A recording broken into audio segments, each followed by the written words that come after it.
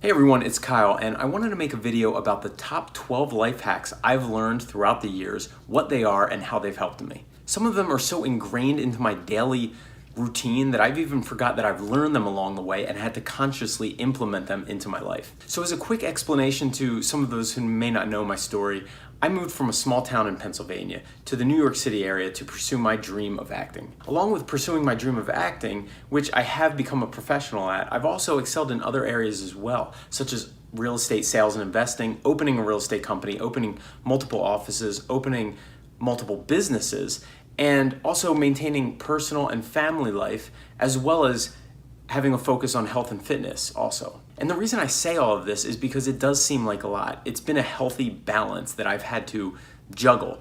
And while I know success is very relative, I do consider myself successful in the grand scheme of things. And I wanted to be able to share with you the top 12 life hacks I've learned to be able to achieve my goals that I've set my mind to. So one thing that I've definitely set my mind to, and that is to make sure that you smash the like button below and make it turn blue right now so that it helps with the YouTube algorithm before we go on.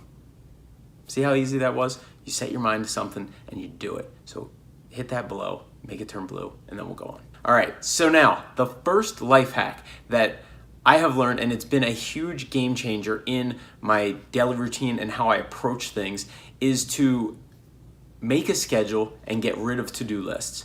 So what this means is that I used to, as I got busier and as I got older and as things started piling on my plate more and more, instead of creating a to-do list, which ended up just being a mile long and it got overwhelming and created a sense of anxiety for me, instead of doing that, taking those things that were on my to-do list and implementing them into my schedule, and then sticking to my schedule so hardcore that if it's not on my schedule, it literally does not exist. So point blank, that's it.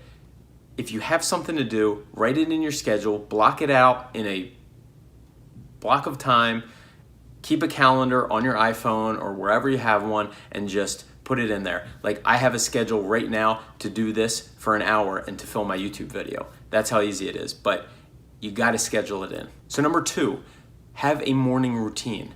Tony Robbins calls it a priming. It's a routine that you do.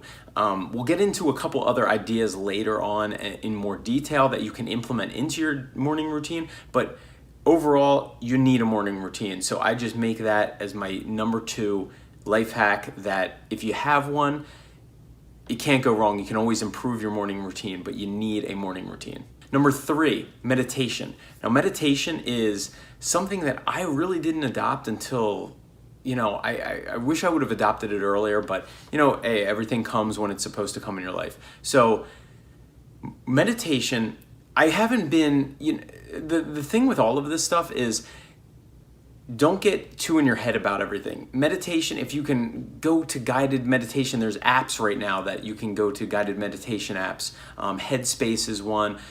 There's multiple meditation books, multiple things you can read up on. You can do it your own. You don't have to search for a guru or anything like that. Meditation in itself is essentially taking time and just clearing your mind and not worrying about if you're having thoughts. It's not about not having any thoughts, because then you're going to get thoughts and then you're going to be upset that you had a thought and it's just going to start a bad cycle. It's about clearing your mind and having a thought and letting it go and just being able to stay in that state of presence for a while. I've even heard many very accomplished, very successful people talking on the topic of meditation. One was Arnold Schwarzenegger. He actually did transcendental meditation. That's something that I really didn't even look into in far. I'm sure I've touched on that in certain areas, and I'm sure that I've listened to people that have taught some of that technique, but essentially he started out with meditation and then it started evolving into his daily routine and daily life, whereas he would focus on whatever he was doing. So it started being like you were almost living in this meditation, which is what you want it to be. You want it to filter off into your daily life. Meaning, so say for 45 minutes when I'm focusing on this YouTube video, that's the only thing I'm focusing on. It's not about And meditation helps with this. It helps with focus in your daily life. And that's why I'm such a big proponent on meditation. So number 4, prayer. Now, I'm not going to push any religion on you or any kind of, I'm very spiritual myself. I went to Catholic school for the first 8 years of schooling in my life until I was about 15 or 16 years old, 14 or 15 years old. Now, there's different aspects of it. There's different religions. There's all that kind of stuff. I'm not pushing any of that on it. I'm just talking about the mere aspect of talking to a higher being and believing in a higher being. I really hope that you do believe that, and it's, I don't want to get into anything else, but it's really more about knowing that there's a higher power out there and being able to kind of align yourself with that. So number 5, law of attraction.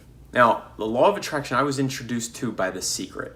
And there was a movie, there's also a book on The Secret. I think the movie's better though, it's about an hour long. I suggest you watch it if you can. And what this really entails and really deals with is the law of attraction. And it sounds esoteric, it sounds a little hokey, but it's really, when it boils down to it, it makes total sense. And I believe there's science to it. It's the aspect of going about your daily life, and if you want something to happen, you live like that thing is already happening and you already have it. On the other aspect of it is if you are worried about something and you don't want something to happen, worrying about it and giving it that attention will ultimately make that thing that you don't want to happen by the things that subconsciously you will do in your real life by focusing and giving that thing that you don't want to happen so much attention. So it's really about attracting. The law of attraction is really about focusing on what you want and holding that feeling inside you and going about your daily life almost like you already have it, which will subconsciously make you, your decisions you make, your interactions with people that you interact with, and your choices and your opportunities, suddenly you will be able to see them clearer. So number 6 is visualization. Now this kind of goes along with the law of attraction, but it's more so being able to visualize what you want, and not only visualize it intellectually, but visualize it so much that you can actually feel the feelings of having that, and being able to, if it's true and you can believe it and you can see it here, and the mind of man can conceive it, there's no reason it cannot happen out here. So number 7, exercise. Exercise is really just as simple as that. It's getting the blood flowing. No matter what you do, anything is really good. And ideally, you want to do this in the morning. The reason I feel like I used to be a night person with exercise, and the reason I feel like in the morning for twofold that it helps out. 1, it automatically gives you something that you've accomplished for the day. You're already winning. You've already been productive. You've already accomplished something. So it's setting you up for that mindset and that production throughout the day. Number 2 is that your metabolism is shown to burn more calories throughout the day if you exercise in the morning, and you're exerting that effort in the morning, that throughout the day you will be able to burn more calories and be more alert and awake. So number 8 is reverse engineer. So what reverse engineer means is that you see the goal that you want to eventually get to, and then you work backwards from that, and you see the incremental steps that you need to take and the smaller goals that are within that larger goal to get to. Most people, they will overestimate what they can do in 1 year, but they will greatly underestimate what they can do in 10 years. So if you have a long-term plan and you work backwards from that, there's endless possibilities of where you can get to. So number 9 is gratitude. Now, I personally believe that you should do this in the morning. It's part of my morning routine, and most of these things are actually part of my morning routine. I feel like there's just a bunch of things that I do in the morning, which is exercise, meditation, prayer, and all of this stuff. Gratitude is one of them. 3 to 10 things that you're grateful for every day. And trust me, you can find these things. You can find things to be grateful for, even if you're having the worst of days or something that you think bad just happened, you just lost a deal or something like that. If you focus on even your health, if you don't have your health, you don't have anything. So if you focus on your health, your family, things like this, and you start focusing on what you're grateful for, it's really impossible to be in a bad mood when you're thinking about what you're grateful for. But it's also really easy to be in a bad mood when you're focusing on things that you may have felt like are going wrong or have just gone wrong. But if you focus on gratitude, and if you do this into your daily routine and life hacks, it will set you up for a good mood throughout the day, and it'll set you in the right mindset and right direction. So number 10 is journaling and morning pages. Now, journaling is something that I have done for quite a while. It's pretty much since I've moved to the New York City area. Even before that, I've journaled. But morning pages are more so of just writing a one-page excerpt. And it's really just, you ever wake up and your mind's all over the place and you're just jumping, your mind's jumping from one thought to another, and you have some anxiety and stuff like that? Well, getting it out on the page, just in a one-page thing.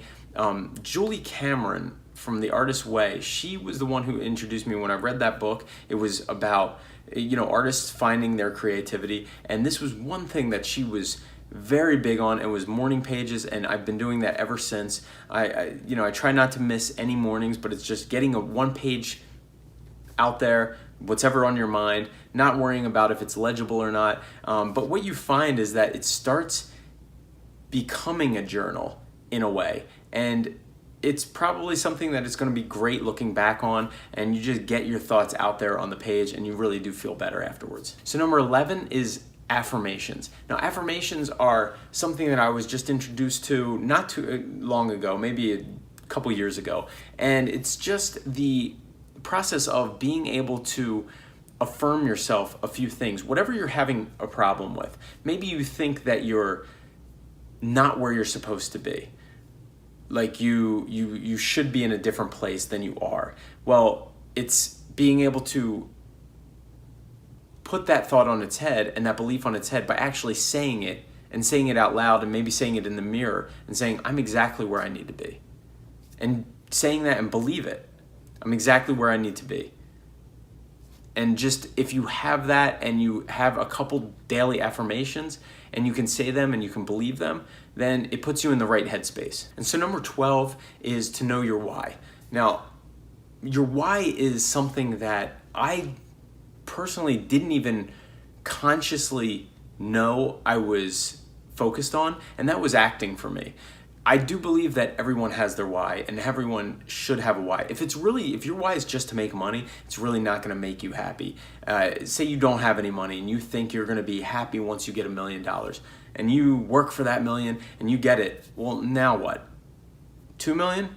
It's a never-ending process. So it's really about finding your why, finding why you're doing all of this in the first place, and then really being focused on that and knowing that every day you're getting up, working towards that goal, and that why will make you motivated to get out of bed, to work hard, to focus, to really achieve your goals, and to achieve a lot of other aspects of your life as well that you want to set your mind to be able to do, because you know that you ultimately have this goal and that's what you're going for. Just as though that was my dream of acting, and that's what I'm going for, and it's a constant journey. And being able to create all this other stuff around that as well, that I wanted to set my mind to do and have a full life and be able to do. And it was implementing all these things and knowing my why, which would get me out of bed and propel me to be able to do them. So guys, thank you for staying to the end of this video. I hope you like these 12 best life hacks that I've discovered.